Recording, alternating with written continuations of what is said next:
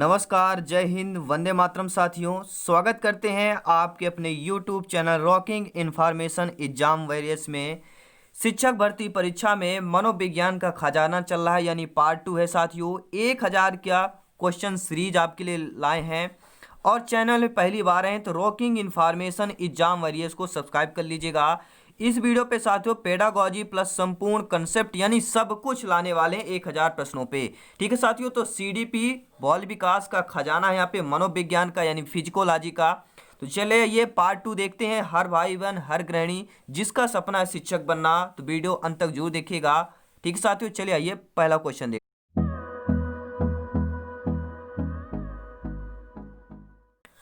दोस्तों पहला question screen पर आ चुका है, आपकी स्क्रीन पर दिया गया है। क्वेश्चन है, ध्यान पूर्वक देखिएगा, सभी क्वेश्चन इंपॉर्टेंट है और ये 30 प्रश्न का आपका सेट रहेगा। ठीक है, 30 प्रश्न की क्लास है और 30 प्रश्न में आप लोग कितने सही कर पा रहे हैं आप लोग हमें भी कमेंट बॉक्स में जरूर बता सकते हैं। ठीक है, वीडियो पॉज करें, क्वेश्चन पढ़ें, कमेंट करें, फिर इसके बाद देखें आंसर क्या आता है। तो क्वेश्चन है दोस्तों, कल का लास्ट क्वेश्चन था, कल हमने 50 क्वेश्चन कंप्लीट किए थे और उसका अगर आपको वीडियो आपने नहीं देखा तो यहाँ पे बेल आइकन पे प्लेलिस्ट मिल जाएगा, तो जरूर आप लोग देख सकते हैं। क्वेश्चन है कि सर्वप्रथम शिक्षा मनोविज्ञान का जो वैज्ञानिकीकरण किसने किया था, तो किसने किया था हमने आपको आंसर में बताया था कि पेस्टोलॉजी ने किया था।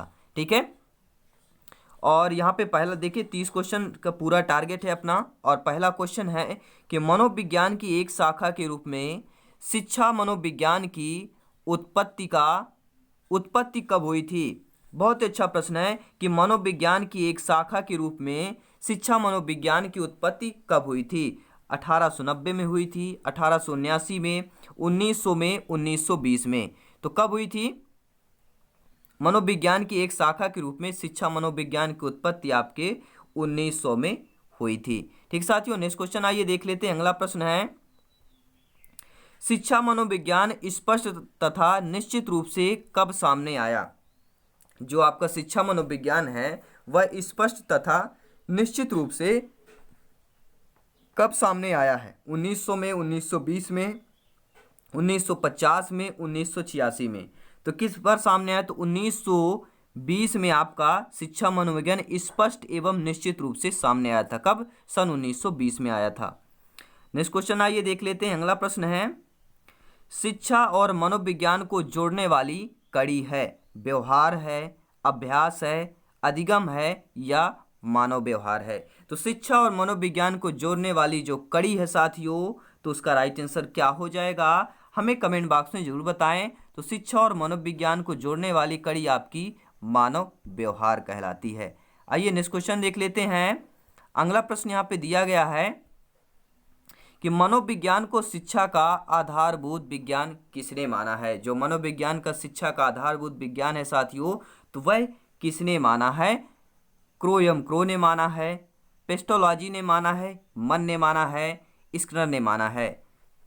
तो मनोविज्ञान को शिक्षा का आधारभूत विज्ञान साथियों किसने माना है? तो आपके स्किनर ने माना है।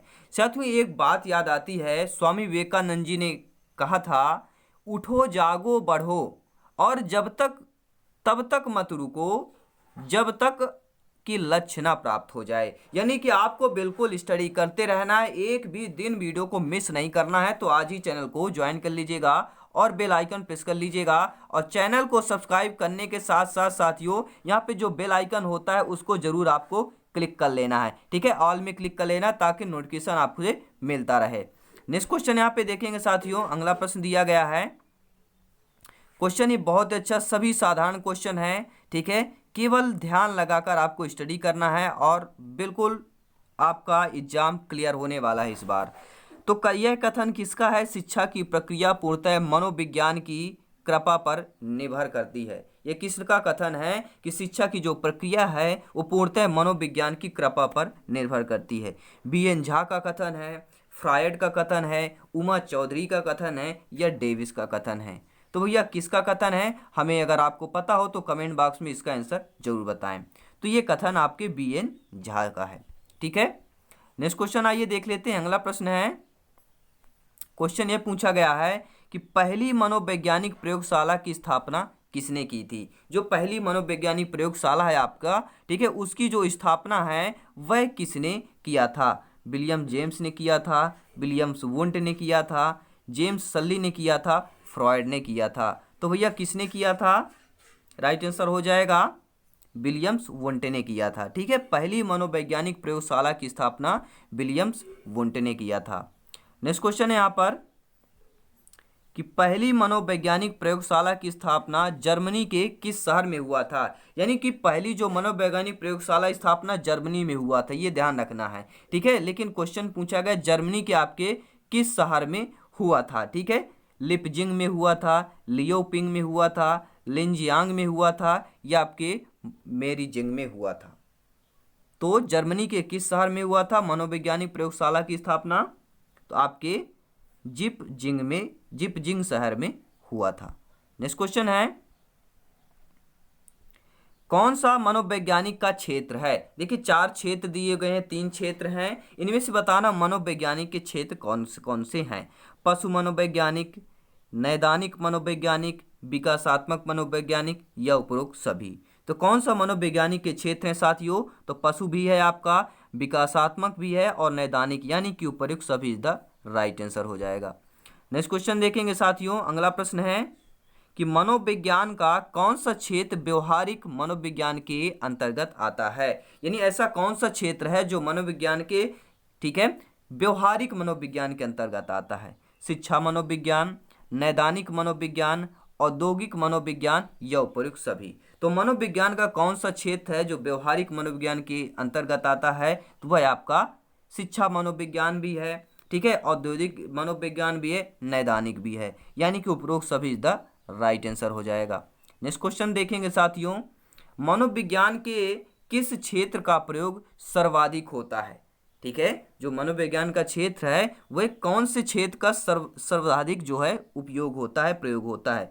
शिक्षा मनोविज्ञान का होता है, निदानात्मक मनोविज्ञान का, औद्योगिक मनोविज्ञान का, या समाज मनोविज्ञान का? तो राइट आंसर क्या हो जाएगा साथियों? समाज मनोविज्ञान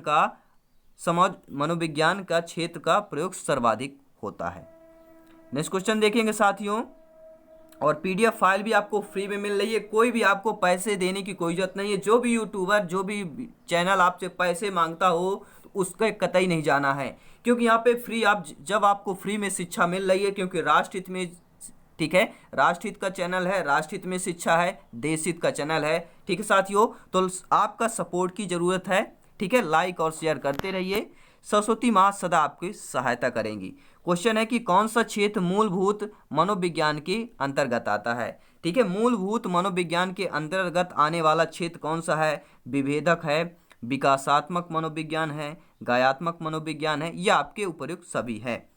तो मूलभूत मनोविज्ञान के अंतर्गत आने वाला जो क्षेत्र है साथियों, वह आपके विभेदक भी है, विकासात्मक भी है, गायात्मक भी, यानी कि उपयुक्त सभी है हो जाएगा।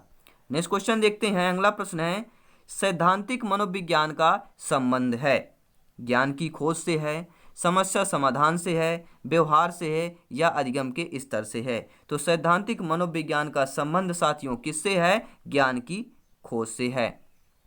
नेक्स्ट क्वेश्चन है कि मूलभूत सिद्धांतों का प्रयोग व निर्माण व्यक्तियों की समस्या समाधान करने के लिए करना किसका कार्य है?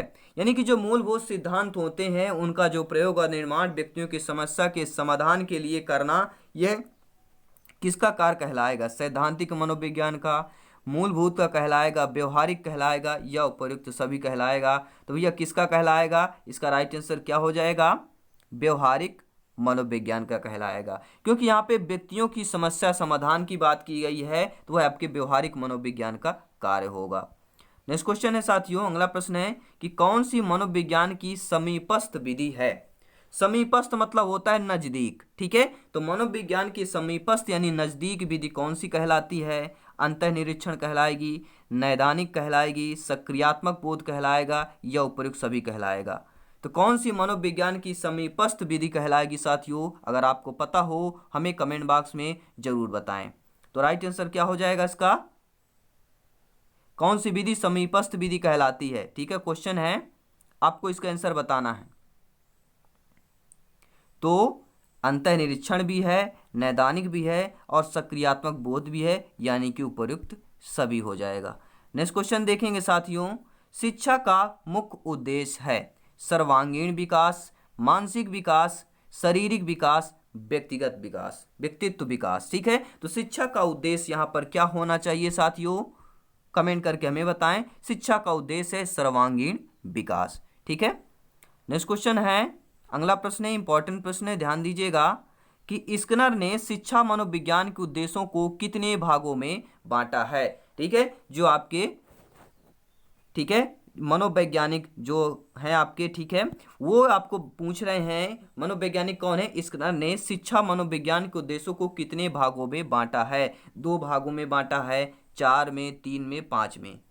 तो स्किनर ने शिक्षा मनोविज्ञान के उद्देश्यों को, ठीक है, जो शिक्षा मनोविज्ञान के उद्देश्य हैं उनको कितने भागों में बांटा है, तो कितने भागों में, 2 भागों में बांटा है। ठीक है साथियों, नेक्स्ट क्वेश्चन है, स्किनर के अनुसार शिक्षा मनोविज्ञान का विशिष्ट उद्देश्य नहीं है, यानी कि निगेटिव क्वेश्चन आ गया। देखिए 2 प्रकार के क्वेश्चन आते हैं आपके, एक निगेटिव क्वेश्चन आता है, एक पॉजिटिव क्वेश्चन आता है। तो निगेटिव मतलब जहां पे उद्देश्य नहीं हो। ठीक है, तो स्किनर के अनुसार शिक्षा मनोविज्ञान का विशिष्ट उद्देश्य नहीं है। कौन सा विशिष्ट उद्देश्य नहीं है, सामाजिक संबंधों के स्वरूप को जानना, शिक्षण की समस्या का समाधान, तथ्यों व नियमों का संग्रहण करना, या बालक के व्यवहार को परिमार्जित करना।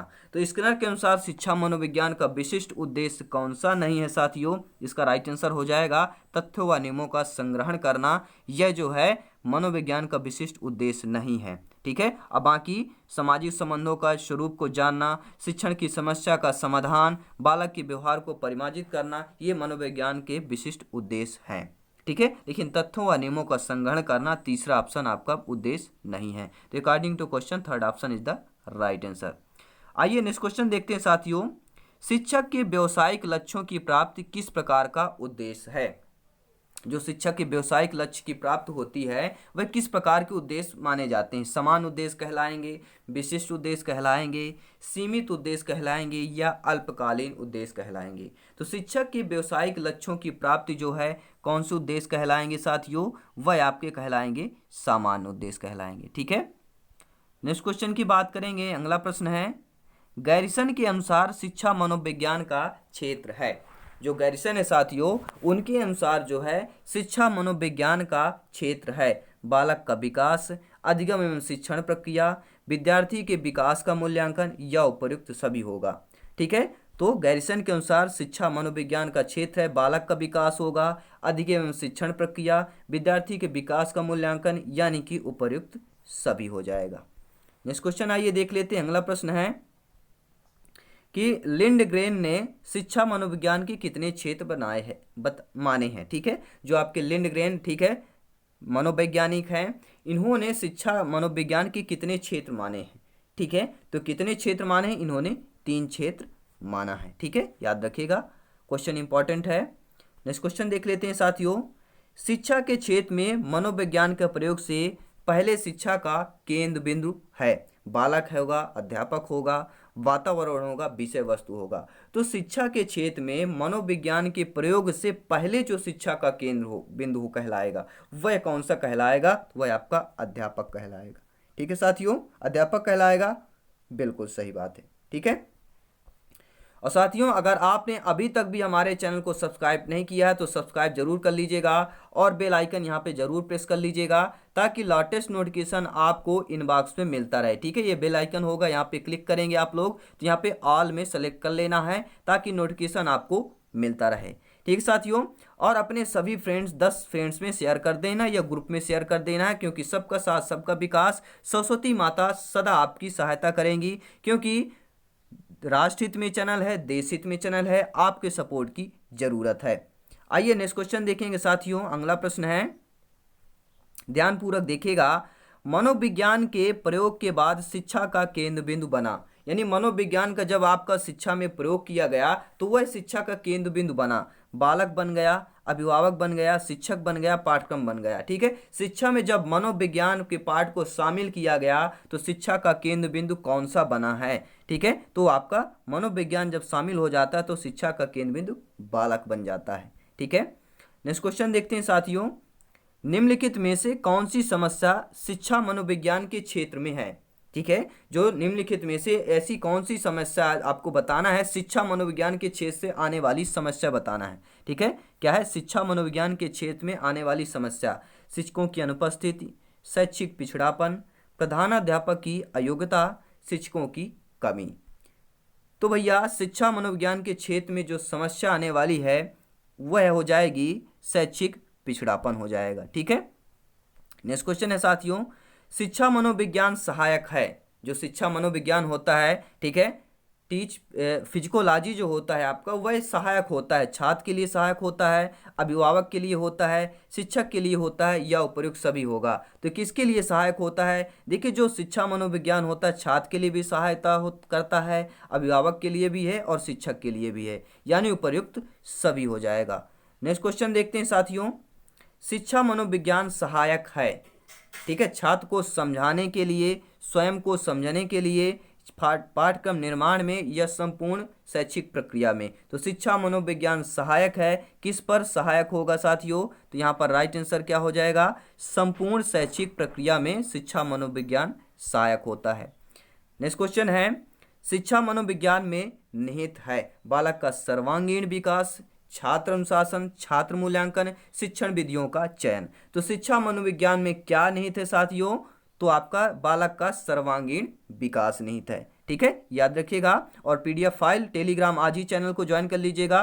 VKJ97 सर्च करेंगे तो आपको मिल जाएगा, या रॉकिंग इन्फॉर्मेशन भी सर्च करेंगे तो मिल जाएगा। ठीक है, नेक्स्ट क्वेश्चन देखेंगे। अगला प्रश्न है, कथन दिया गया है कि यह कथन किसका है, आप लोगों को बताना है। ठीक है, और यहाँ पे कथन देखते हैं। कथन क्या है कि शिक्षा मनोविज्ञान का जो ज्ञान है शिक्षक को शिक्षक के रूप में अपनी स्वयं की कुशलता का मूल्यांकन करने में सहायता देता है। ठीक है, जो शिक्षा मनोविज्ञान का ज्ञान है वह शिक्षक को शिक्षक के रूप में अपनी स्वयं कुशलता का मूल्यांकन करने में सहायता देता है। क्रो ने कहा है, गैरिसन ने कहा है, स्किनर ने कहा है, मन ने कहा है। तो भैया यह किसका कथन है? अगर आप लोगों को पता हो तो हमें कमेंट करके जरूर बताएं। तो ये आपके स्किनर का कथन है। ठीक है, आइए नेक्स्ट क्वेश्चन देख लेंगे साथियों। अगला प्रश्न है, शिक्षा मनोविज्ञान सहायक है। ये देखिए, इससे रिलेटेड हमने 3 से 4 क्वेश्चन कर चुके हैं। शिक्षा मनोविज्ञान के सहायक से संबंधित 3 से 4 क्वेश्चन कर चुके हैं। इंपॉर्टेंट है, ध्यान रखिएगा। ठीक है, लेकिन ऑप्शन आपके अलग अलग देखने को मिलेंगे। ठीक है, तो शिक्षा मनोविज्ञान सहायक है, जैसे आपकी एग्जाम में आती है उसी प्रकार यहाँ पे भी क्वेश्चन लाया गया है। ठीक है, पाठ्यक्रम की मूल प्रवृत्तियों के ज्ञान में, पाठ्यक्रम निर्माण में, बालकों के व्यक्तित्व के सर्वांगीण विकास में, या उपयुक्त सभी होगा। तो शिक्षा मनोविज्ञान सहायक होता है, किस किस पर सहायक होता है साथियों? पाठ्यक्रम की मूलभूत प्रवृत्तियों के ज्ञान में भी होता है, पाठ्यक्रम के निर्माण में भी होता है, और बालकों के व्यक्तित्व के सर्वांगीण विकास में भी होता है, यानी कि उपयुक्त सभी हो जाएगा।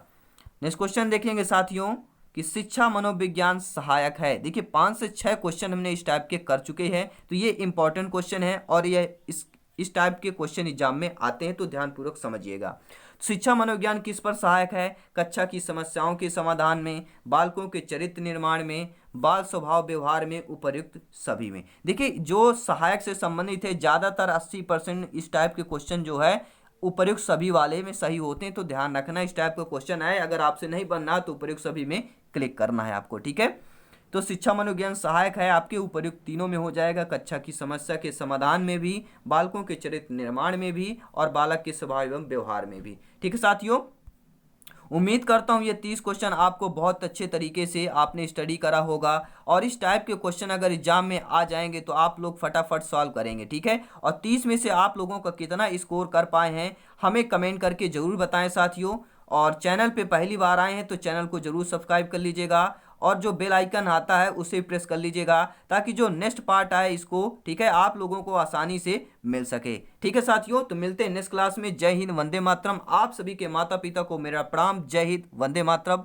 और exam rocking information exam warriors channel को, ठीक है, शिक्षा जगत का चैनल है, राष्ट्र हित में चैनल है। अगर आप भी टीचर बनना चाहते हैं तो आज ही चैनल को ज्वाइन करिए, अपने सभी 10 फ्रेंड्स में शेयर कर दीजिएगा। सरस्वती माता सदा आपकी सहायता करेंगी। ठीक है, शिक्षा जनहित में है। ठीक है, राष्ट्र हित में है, देश हित में है, तो जरूर शेयर करें, सपोर्ट करें, आपकी ज़रूरत है साथियों। और पीडीएफ फाइल आपको फ्री में एकदम से मिल रहा है, तो आज ही हमारे टेलीग्राम चैनल को ज्वाइन करिएगा, लिंक आपको डिस्क्रिप्शन में दे दिया गया है। तो चलिए मिलते हैं नेक्स्ट क्लास में, नेक्स्ट क्लास में मिलते हैं, तब तक के लिए जय हिंद, वंदे मातरम, धन्यवाद।